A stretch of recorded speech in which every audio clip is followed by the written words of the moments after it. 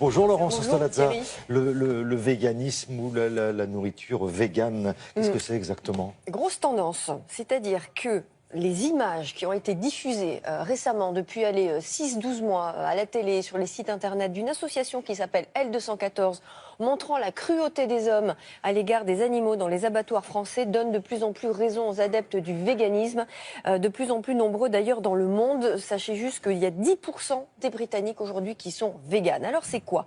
Il s'agit de supprimer de son alimentation les produits issus de l'exploitation des animaux. Et au-delà de la nutrition, de l'adoption d'une pratique alimentaire végétalienne qui exclut la viande, le poisson, mais aussi les produits laitiers, les œufs et le miel, eh bien, le véganisme exclut la consommation de tout autre produit issu des animaux ou testé sur eux. C'est quoi? C'est le cuir, la fourrure, la laine, la soie, la cire d'abeille, testés, cosmétiques et médicaments.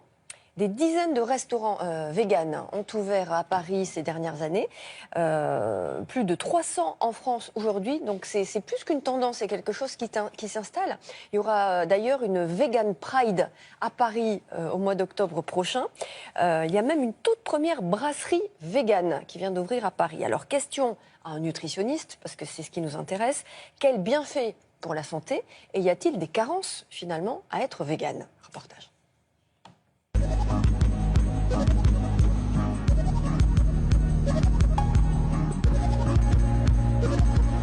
Aussi pour le déjeuner, donc une formule entrée-plat ou plat-dessert. Vous avez au choix un samoussa ou un potage de légumes en entrée.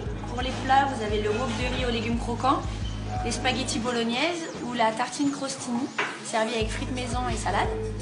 Une nutrition végane permet d'améliorer de nombreux paramètres. On s'aperçoit que finalement les personnes véganes vont avoir tendance à consommer des graisses végétales de qualité et automatiquement réduire les apports alimentaires sous forme animale qui peuvent représenter des risques cardiovasculaires lorsqu'elles sont consommées en excès.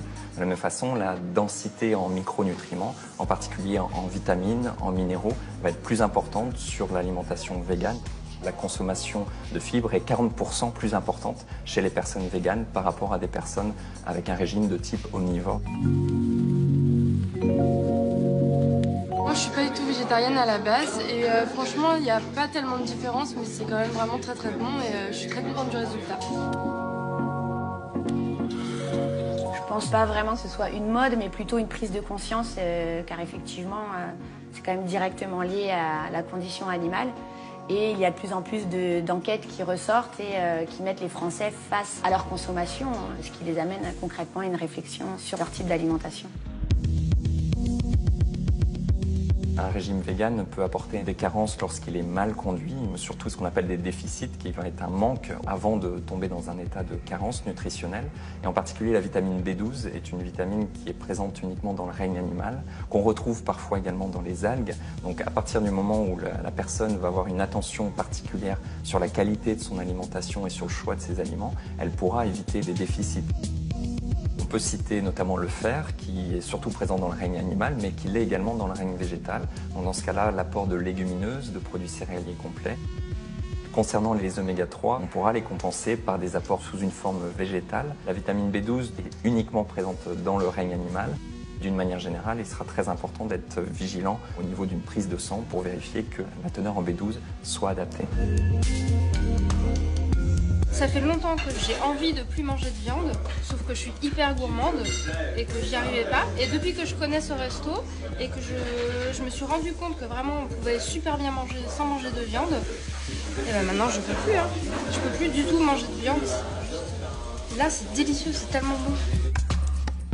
Bon, voilà, ça va devenir une véritable philosophie de vie. C'est une prise de conscience, c'est pas du tout une mode et c'est surtout générationnel. C'est-à-dire que ce sont les jeunes générations qui vont induire un peu le mode de consommation des autres générations, un peu comme les locavores, comme l'écologie durable, etc.